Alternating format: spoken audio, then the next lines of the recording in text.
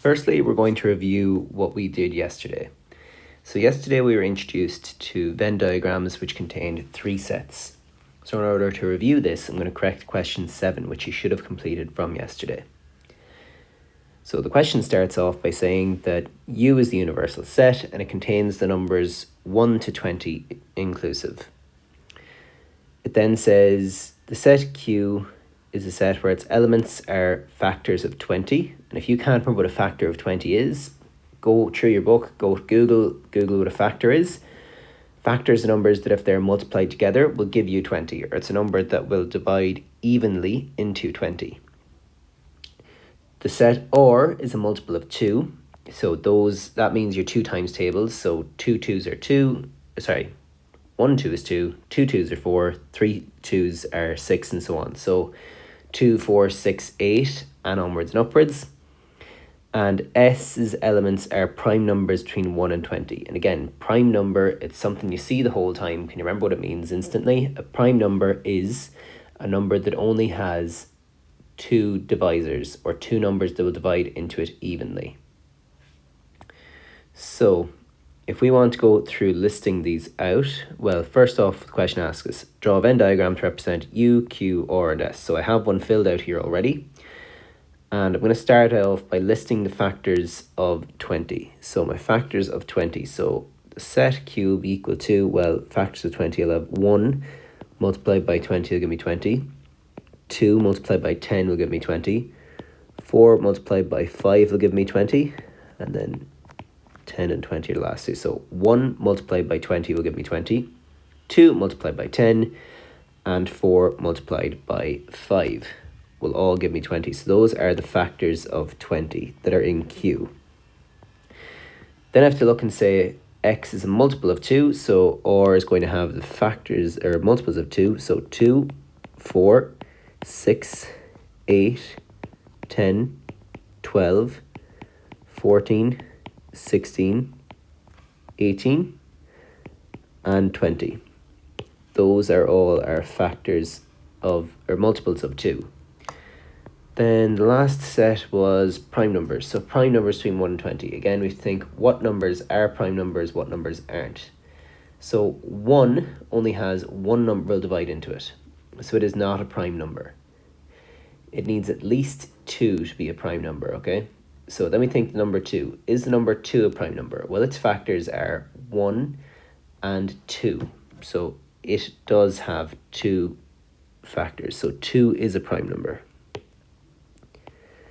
Then we have 3 can only be divided by 1 and itself.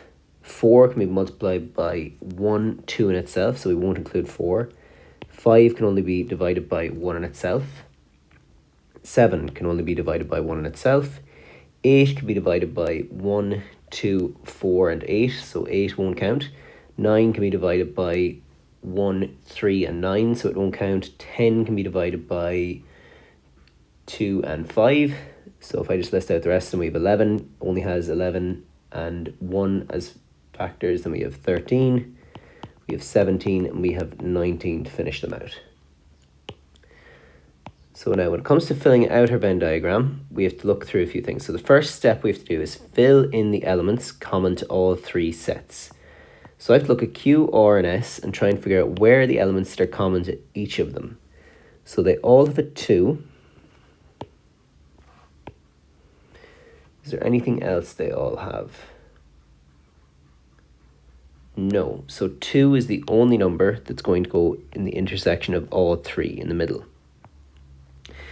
Now our next step is to fill in the elements common to 2 of the sets. So I'll have a look at Q and R first of all. Do Q and R have anything else in common? Well, they both have a 4. They both have a 10. And they both have a 20. So 4, 10, and 20 will have to go in between Q and R in that other section. So when I go Q and R here, I'll have to have 4, 10, and 20 will have to squeeze in here. So I'll have 4, 10, and 20 all have to fit in there between Q and R. Now we'll check, do Q and S have anything in common? So Q and S, well, Q has 5. and S has 5, and that's all they have in common. So Q and S, a 5 will go in here. Now have to check for R and S. So do R and S have anything in common?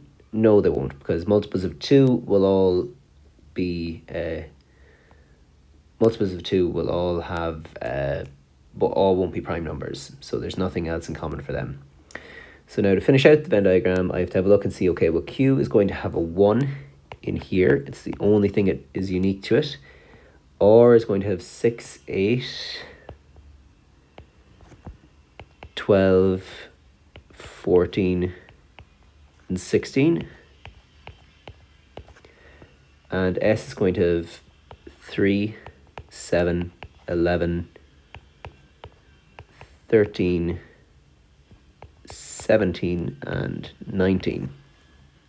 Then we also think, is there any numbers that haven't been taken care of? So we have fill in the elements unique to each set. That's what I've just done. And our fourth step is to fill in any remaining elements of the universal set. So our universal set is numbers 1 to 20. Are there any numbers that haven't been included so far? We have 1, 2, 3, 4, 5, 1, 2, 3, 4, 5, 6, 7, 8. Do we have 9 anywhere? No, so 9 will be on the outside. We have 10, 11, 12, 13, we have 14. We don't have 15, so 15 will be on the outside. 16, 17, 18. Actually, 18 should be in here. I forgot to put in 18. And 19, then 20. That's us done. Okay, so that is the Venn diagram completely filled out. Now, when it comes to the second part, we need to find the value of each of the following. So the cardinal number of Q. So the cardinal number of Q, well, Q has all together in Q. If we look at the whole lot of Q, it's this entire circle. And if we look in this entire circle, there are 1, 2, 3, 4, 5, 6 different elements. So that means we have 6 different elements for the cardinal number of Q. Look for the cardinal number of R. We have 1, 2, 3, 4, 5, 6, 7, 8, 9, 10. 10 elements in R. Then we have ones that are slight but harder now. So we have Q without R, first of all. So Q without R is this part of Q. So this is Q without R, but then it's also without S. So we also have to exclude S there. So that means the only bit that we have left is this part of Q here. So Q without R and without S is only that one bit there. So number 1. So that means we have a cardinal number of 1 for that.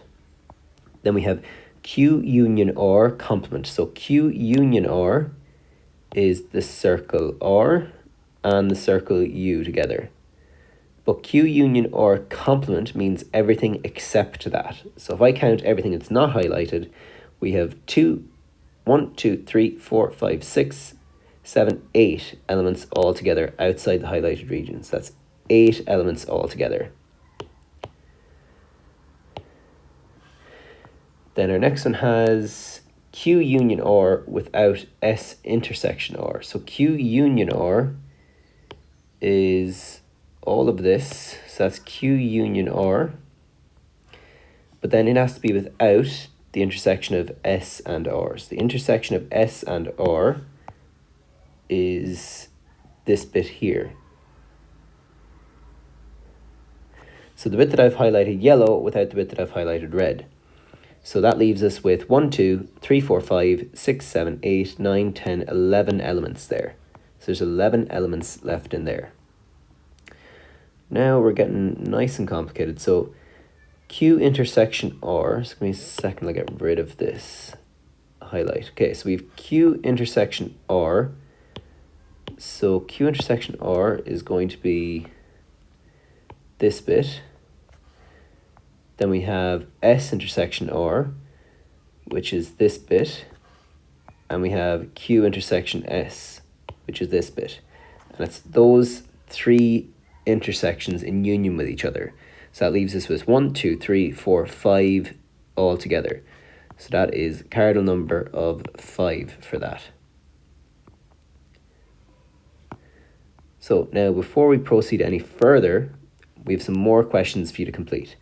So if you go to page 350 in your books and you have a look at these questions. So the level 1 question will be question 8, level 2 will be question 10, and the level 3 question, question 11, is quite difficult. I want you to fully complete one level. So fully complete one question here, and then we can move. Next, we have operations on sets.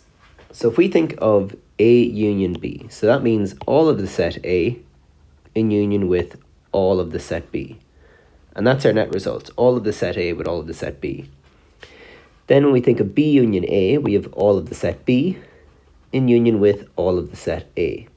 So our net result is the same. So that means that A union B is the exact same as B union A.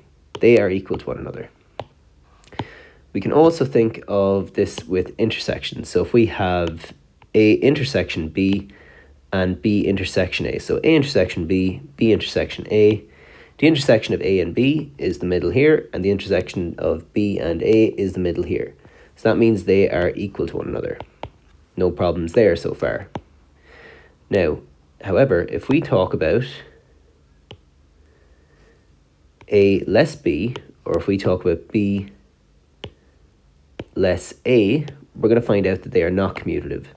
So first off, talk about A less B. Well, A less B is all this part of A that is not in B, and B less A is all this part of B that is not in A. So that means they are not commutative. The order in which we say it does matter. A less B is not equal to B less A.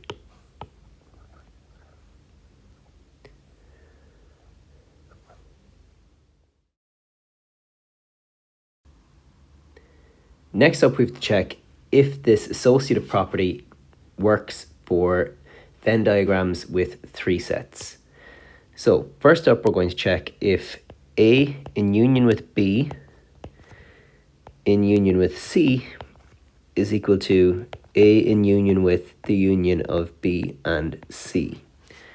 So first off, in our first diagram, we have A union B. So A union B is all of A with all of B. And that's also in union with all of C. Then in our second Venn diagram, we have B union C. So that's all of B with all of C. Also in union with A. So that checks out. We have A union B union C is equal to A in union with B union C. So that means they are commutative.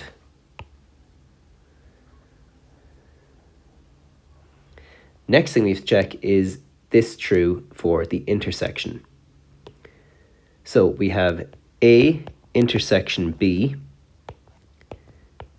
intersection C equal to A intersection B intersection C.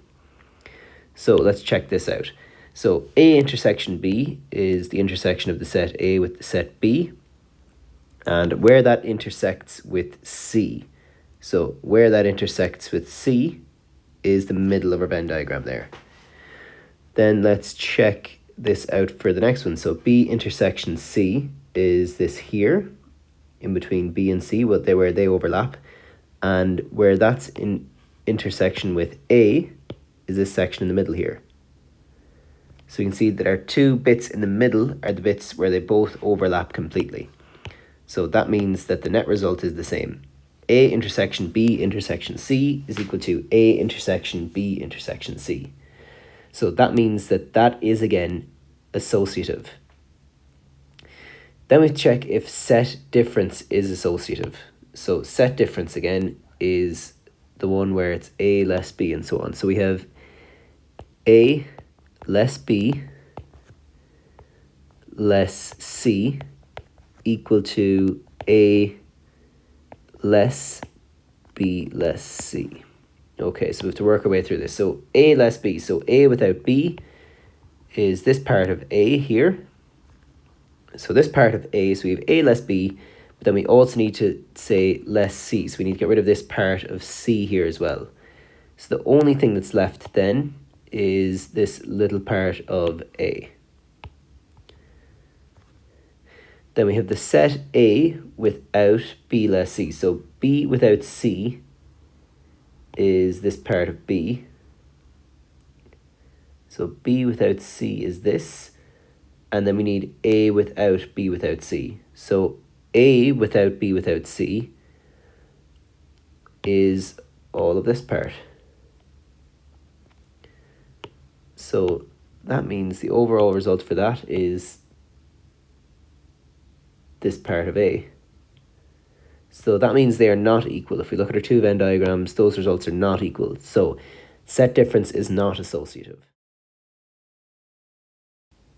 Next, we are left to check the distributive property. So the distributive property, we have A in union with B intersection C. So A is all of this set, and it's in union with B intersection C. So B intersection C is this part here. So we have to take everything we've highlighted there because it's a union, and the overall result is A with this little part down here as well. So we have all of A with that little section down there as well. Then for right hand side we have A union B intersection A union C. So A union B is A in union with B, and A union C is this part here in union with all of C. So what we have to take is only the parts that overlap there because it's the intersection. So only the parts that intersect means that we have the set A and this little part underneath. So that means they are distributive. So union is distributive over intersection. So those two are equal to one another. Next up we have the distributive property of intersection over union. So this states that A intersection B union C is equal to A intersection B in union with A intersection C. So A is all of this set for the one on the left hand side. Then B union C is all of this part here. So the bits that overlap there, the bits that have gone black, so we have to go back and just highlight them. So this is the intersection of A with B union C. Then in our one on the right hand side, we will have A intersection B. So A intersection B is this part here. Then we have A intersection C is this part here. And it's the union of both of those, so everything that's highlighted there gets included. So that's all of this with all of this. So again, this is true. The distributive property of intersection over union is true in this case. Now check for set difference again. So for set difference, we have A without B union C equal to A without B in union with A without C. So let's check this out. We have A without B union C. So B union C is this part here. So A without that is only the part that I hadn't highlighted. So that's this here. That's A without B union C. Then for the right hand side we have A without B. So A without B is all of this. And that's in union with A without C. So A without C is all of this. So we have to, because this is a union, we have to include everything that's highlighted. So we can see that the two diagrams are not the same here. A without B union C is not the same as A less B in union with A less C. So that is not distributive. Set difference is not distributive over union. Now you have to check, is it distributive for intersection?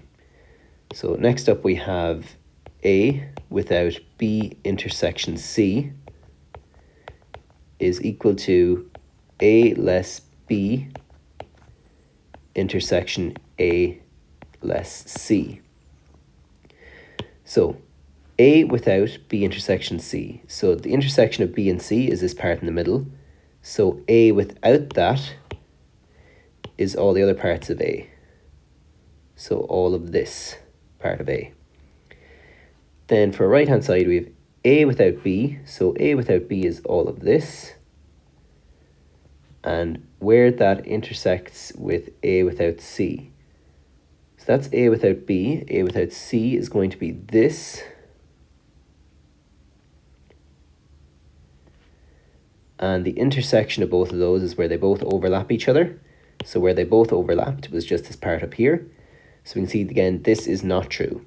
So A less B intersection C is not equal to A less B in intersection with A less C.